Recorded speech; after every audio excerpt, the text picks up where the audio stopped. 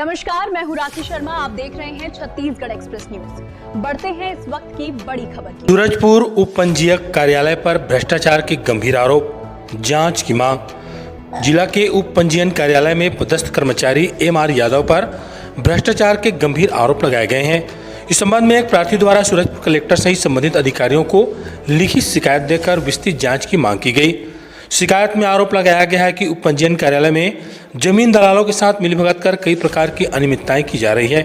इसमें स्टाम्प शुल्क में गड़बड़ी, बिना वैधानिक प्रक्रिया की जमीन रजिस्ट्री, बिना स्थल निरीक्षण के रजिस्ट्रेशन जैसे मामलों का उल्लेख किया गया है।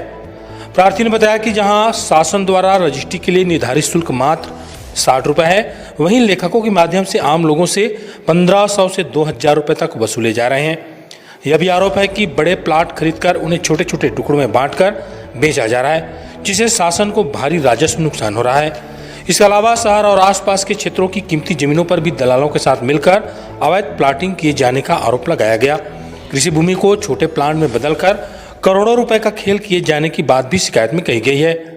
प्रार्थी ने मांग किया है पूरे मामले की निष्पक्ष जांच कर दोषियों के खिलाफ सख्त कार्रवाई किया जाए। साथ ही चेतावनी दी गई है, यदि स्थानीय स्तर पर कार्रवाई नहीं हुई तो वह मामले की शिकायत उच्च स्तर पर कमिश्नर, पंजीयन महानिरीक्षक और संचालनालय तक करेंगे। इस मामले में जब MR यादव का पक्ष जानने का प्रयास किया गया तो उन्होंने किसी भी सवाल का स्पष्ट जवाब नहीं दी। फिलहाल शिकायत के बाद अब प्रशासन की कार्रवाई पर सभी की नजरें टिकी हुई है। सारा मामला। मेरा नाम जयलाल सिंह है और मैं पूर्व जनपद अध्यक्ष भी हूँ और जिले की दिशा समिति का पूर्व सदस्य भी हूँ। और मामला उप पंजीयक सूरजपुर के लिए है, जिसके लिए मैं पत्राचार किया हूँ। उनके द्वारा रजिस्ट्रारों जो रजिस्ट्री कराते हैं ज़मीन, उसमें आपके स्टाम्प को कम करना और इनके द्वारा बगैर सेटलमेंट के रजिस्ट्री हुआ है, जिसके लिए मैं इनको नकल भी मैं मांग किया हूँ। और ये जो जिस स्पॉट पे होता है, इनको वहाँ पे बिना विजिट किए भी वहाँ पे रजिस्ट्री कराया जाता है। और इनका सबसे मूल समस्या अगर मुझे लगता है तो आप किसी भी प्रकार का दीवान के पास फ्लैक्स, लेखनी या जो मार्गदर्शिका है लोगों के लिए, वो सब वहाँ पे लिखावट के रूप में नहीं रहता है, जिससे आम लोगों को कई चीज़ें को जानकारी नहीं होता है। जैसे इन लोग रजिस्ट्री लिखा पढ़ी के लिए 60 रुपये का जो फीस निर्धारण है शासन से, लेकिन यहाँ पे रजिस्ट्री का जो शुल्क है लेखकों के द्वारा 1500 से 2000 रुपया या फिर अपनी सुविधा अनुसार जितना भी लिया जाता है। और इनके ही माध्यम से ऐसे वातावरण निर्मित हुई है, बातें हवा में उड़ती हैं, जिसको सत्यता को जानने के लिए मैंने पत्राचार किया है कि लेखकों के द्वारा ही साहब का खर्चा भी जाता है, शायद 2 से 3 हज़ार रुपया। और अगर दिन भर का अगर रजिस्ट्री देखते हैं तो 25 से 30 रजिस्ट्री की संख्या हो जाती है और इसमें लाखों रुपए का लाभ तीसरे तरीके से इनके द्वारा उपपंजीयक MR यादव के द्वारा किया जाता है, जिसकी संपत्ति जांच के लिए भी मैंने उस पत्र में उल्लेख भी किया है। और बहुत सारे ऐसे प्लाट हैं जिन्हें बड़े प्लाटों के रूप में खरीदा जाता है, फिर उन्हें छोटे छोटे टुकड़ों में करके प्लाटिंग किया जाता है। इस प्लाटिंग करके जो बेचने की प्रक्रिया है, इसमें सरकार को राजस्व की काफ़ी क्षति पहुँचती है।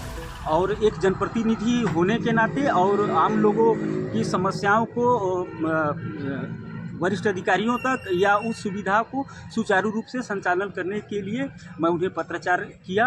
और हमारा मूल उद्देश्य है कि आज सरगुजा अगर अनुसूची 5 का है तो वहाँ के लोगों को उनके हक अधिकार और दोहन और शोषण उनके रुपए पैसे का ना हो। जैसे कि एक और शिकायत वहाँ से प्राप्त हो रहा है कि जैसे कुछ प्राइवेट मुंशी वगैरह रखे गए हैं, है ना, उसमें ये आप क्या बोलना चाहते हैं? बिल्कुल आपका कहना बिल्कुल सही है। नियमानुसार अगर जो भी मुख्तार होते हैं उनको ये सब सारी काम को खुद किया जाता है। इनके द्वारा एक आहरित रूप से मुंशी रखा जाता है, वो जो सारी प्रक्रियाओं को अपने लेखन कार्यालय से लेके आपके उप पंजीयक के दरवाजे तक ये लोग जाते हैं और सारी प्रक्रियाओं में इनका सहयोग करते हैं। लेकिन देखा गया वहाँ 2-4 लोग एनी टाइम जैसे दलाली करते हैं, इस टाइप से लगता है कि रोज़ उनका क्या कार्यालय में काम है, ऐसे लोग भी वहाँ घूमते हुए दिखाई देते हैं। हाँ, बिल्कुल ये ज़मीन दलाली जो है ये सरगुजा में कितने वर्चस्व रूप में है आप भी जानते हैं और हम भी जानते हैं।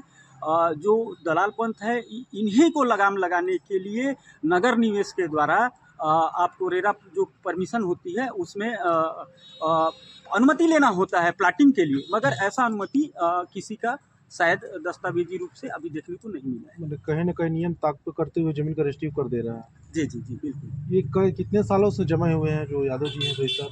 ये हमारा यादव को इनके मूल प्रतिस्थापना के बारे में तो हालांकि मेरे तर्क रूप में पूरी तरीके से पता नहीं है, लेकिन ये अगर साल भर 6 महीने जो भी हो, मैं मतलब इनके प्रतिस्थापना को लेकर भी जानता नहीं हूँ, लेकिन इनके कार्यशैली में जो विसंगतियाँ आई हैं उस पे संज्ञान आया, जिससे मैं पत्राचार भी किया।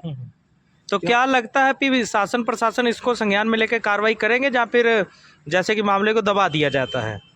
बिल्कुल यही मैंने कलेक्टर सूरजपुर को पत्राचार में दिया और जिला उपपंजीयक बैकुंठपुर को भी दिया। अगर इनके द्वारा ये नहीं होता है तो आगे के चरणबद्ध तरीके से कमिश्नर को दिया जाएगा और रायपुर में पंजीयक महानिरीक्षक को भी दिया जाएगा और उनसे भी अगर आगे जाना पड़ा तो संचालनालय में अपन इनके लिए पिटीशन दायर करेंगे। इस प्रकार का हेरा फेरी कर रहा है जिले में, यहाँ क्या लगता है किसी का संरक्षण है क्या उनको?